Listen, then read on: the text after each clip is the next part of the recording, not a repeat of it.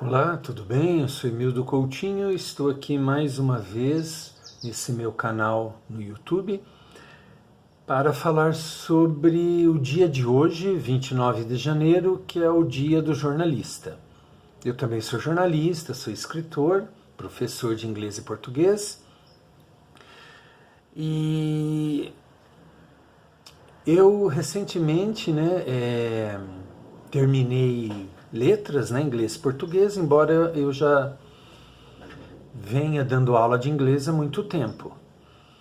E no jornalismo eu me formei em 92, atuei bastante, fiz várias coisas como repórter, inclusive trabalhei nos Estados Unidos, enfim. E agora eu estou terminando o meu mestrado, onde eu englobei tudo isso, assim, de uma certa forma, eu sou uma pessoa assim bem eclética e multimídia, digamos, e tudo, eu vou englobando e fazendo e juntando e ligando, como esse canal, por exemplo, aqui no YouTube. Mas também em relação ao mestrado, hoje em dia é o que nós chamamos de interdisciplinar. Então, as ciências elas dialogam uma com a outra. Por exemplo, no meu caso, eu liguei jornalismo, literatura e tecnologia, porque eu faço na UTFPR, na Universidade Tecnológica Federal do Paraná, e analiso 8 obras sobre o assunto, sobre a perda da ilusão com o jornalismo. E uma das obras, como eu já falei aqui também nesse canal, é esse meu livro, que se chama Jamais Serás um Dimas Drauman. Ele é um livro, autoficção, é um romance, e nele eu abordo, através da personagem, que é um repórter, um jornalista, José Renato Ribeiro, eu falo sobre a minha trajetória, assim, é autoficção, então, assim, tem muito de mim nesse livro,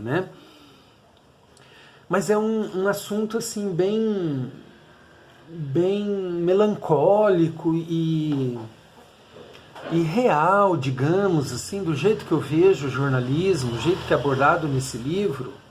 Ele não é só sobre jornalismo, tem dramas pessoais, amorosos, humanos, enfim, que às vezes a pessoa vem de outra área, assim, ela vai pensar, por que eu vou ler um livro assim, desse tipo? Não é um livro técnico, bem dizendo, é um romance, é bem interessante, assim, o personagem, um jornalista, ele vive questões assim ligadas à área, Mas tem a vida pessoal dele, ele casou, separou, teve uma namorada, tem filhos, enfim, pai, mãe, É drama pessoal também. E assim, eu sou uma pessoa que eu vejo o jornalismo assim de uma forma mais realista. Isso aí tem hora que acarreta assim gera um mal-estar em algumas pessoas. E na minha dissertação de mestrado agora, uma das professoras da banca, que eu qualifiquei, eu tenho que defender agora, falou assim para mim que a mágoa estava matando o pesquisador. Então, quer dizer, mesmo no mestrado eu continuo vivendo esse drama que é apresentar o jornalismo de uma forma real. Em relação à técnica,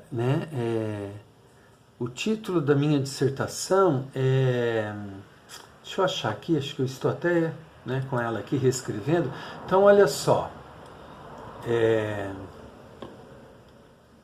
Eu já falei aqui, Tá lento esse computador. Tem que esperar agora o tempo dele. Aqui, ó. Adeus às ilusões. 2 pontos. Frustração com o jornalismo em alguns romances em português. Abre aspas. Ou o comércio que envenena, jornalismo que mata e técnica sem saída.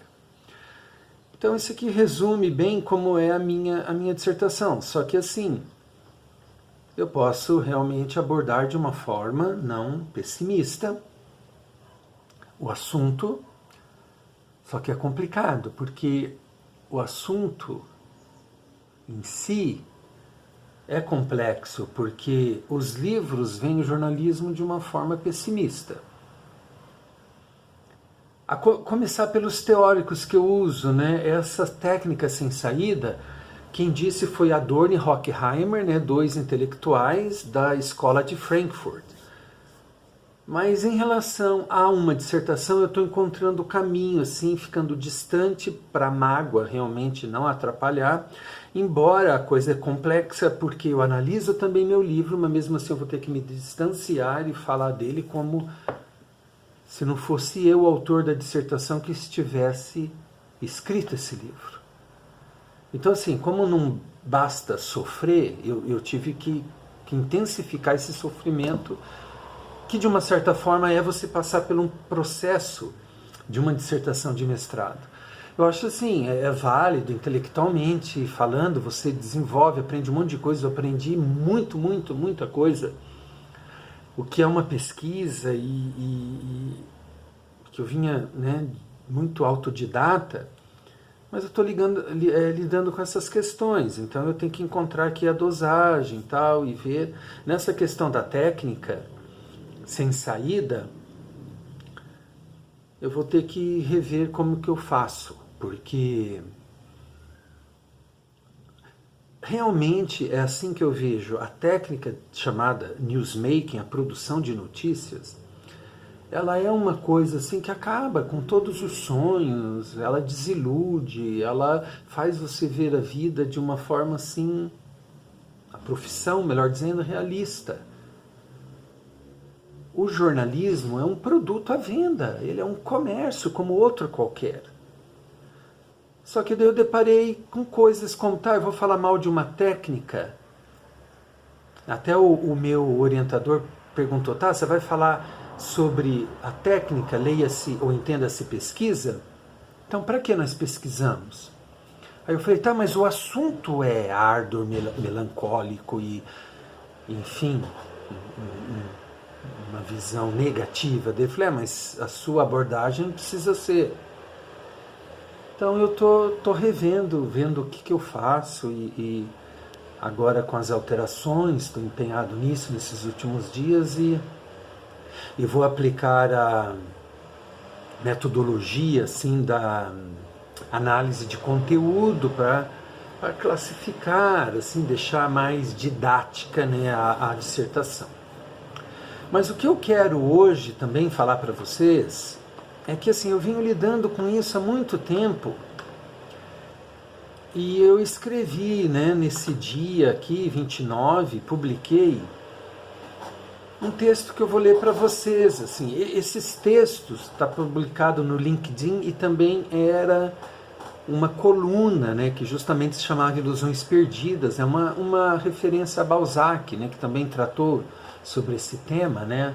Balzac, um escritor francês, tratou sobre esse tema. Esse tema é abordado em vários idiomas, né? Eu só analiso 8 obras em língua portuguesa, mas existem outras obras em inglês, alemão, francês, né? Então, o título, né, do que eu escrevi, que está no LinkedIn, eu publiquei no jornal que eu editava, na minha coluna, se chama Uma das piores profissões do momento tem, no mínimo, 6 dias de comemoração. Hoje, 29 de janeiro, é um dos dias do jornalista. Sim, uma das nada mais que 6, no mínimo, datas diferentes. Uma das piores profissões do momento precisa ter vários dias para compensar. Quem fez a classificação foi o CareerCast.com, site norte-americano especializado em empregos. Ele listou as piores atividades profissionais para 2006. Sabe qual ficou em primeiro lugar entre as piores? Repórter de jornal. Sim, repórter é apenas uma das atividades de jornalista, mas as outras não vão muito além. O levantamento tomou como base 5 critérios: demandas físicas, ambiente de trabalho, renda, estresse e perspectivas de contratação. Bem, a pesquisa foi feita em 2006 e já estamos em 2017. Diante de toda a crise econômica que estamos vivendo, acredito que, desde o resultado do trabalho, há muito mais jornalistas vendendo pãezinhos, docinhos, bombom caseiro, produtos de beleza, seguros de carro e, quem sabe, trabalhando no Uber. Gente, uma pausa para essa poluição sonora, né? Ó, avião no céu, gente cortando grama, motoqueiro. Conseguem ouvir? Eu não sei como que vai ficar esse vídeo. É incrível, né? Tá, vamos lá. E para dar uma força aos 6 dias do jornalista, há também o dia da imprensa, em 1º de junho. Já escrevi aqui sobre ele em um texto intitulado Dia da Imprensa foi uma cena de velho repórter, a pior profissão do momento, perante uma lápide onde se lê: aqui jaz o jornal impresso. Imaginem que gafe, durante nada menos que 192 anos, a data foi comemorada erroneamente, em 10 de setembro. Era uma referência à fundação da Gazeta do Rio de Janeiro, jornal oficial do Império, até então considerado o primeiro jornal brasileiro, lançado em 10 de setembro de 1808.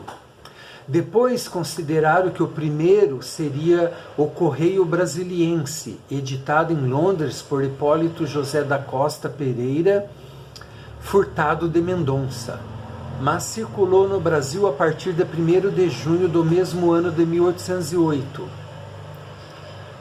Vamos, enfim, às datas. A de hoje, 29 de janeiro, é a mais citada nos calendários comemorativos, mas, por outro lado, a que menos tem referência à sua criação. Alguns dizem que é uma homenagem ao jornalista abolicionista José do Patrocínio, supostamente falecido neste dia em 1905. Outros dizem que é uma data exclusivamente católica. Retrocedendo um pouco, a outra seria 24 de janeiro, data do padroeiro da profissão, São Francisco de Sales, bispo e doutor da Igreja Católica. Bem, fica aí a dica para quem se